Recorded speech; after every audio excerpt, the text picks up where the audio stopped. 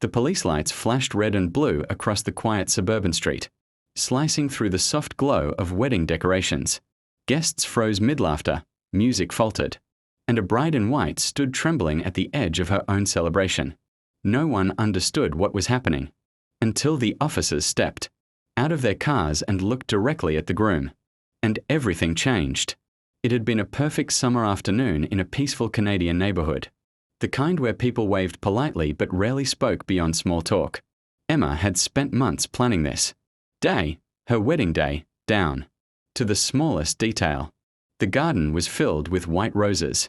Fairy lights hung delicately between trees, and a gentle breeze carried the scent of fresh flowers through the air. Daniel stood at the center of it all, calm but glowing with quiet pride.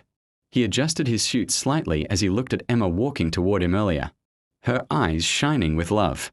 Their journey hadn't been easy, but standing there together made every struggle feel worth it. Guests smiled, clapped, and wiped away tears during the ceremony. It was the kind of love story people dreamed of. Two souls who found each other despite the odds. But not everyone was celebrating. Across the street, behind the curtains of a well-kept house, a neighbor watched, with a tight jaw and narrowed eyes.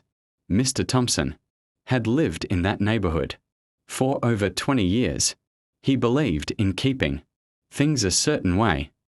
And, as the music grew louder and laughter echoed, something about the gathering bothered him deeply. He muttered under his breath, picking up his phone. "This is getting out of hand," he said as he dialed. Back at the wedding, the celebration was in full swing. Children danced freely, elders shared stories, and Emma and Daniel laughed as they greeted guests. It felt like a moment frozen in happiness, until the distant sound of sirens began creeping closer. At first, people ignored it, but then the flashing lights appeared. 2 police cars pulled up right in front of the house. The music stopped. Whispers spread through the crowd like wildfire. Emma's smile faded, her hands tightening around her bouquet. Daniel looked toward the street, his expression shifting from confusion to quiet concern. The officers stepped out, scanning the scene. "Who's in charge here?" One of them called out. A heavy silence followed. Daniel stepped forward calmly. "I am. Is there a problem, officer?" The officer hesitated for a moment, glancing at his partner. "We received a complaint about a disturbance.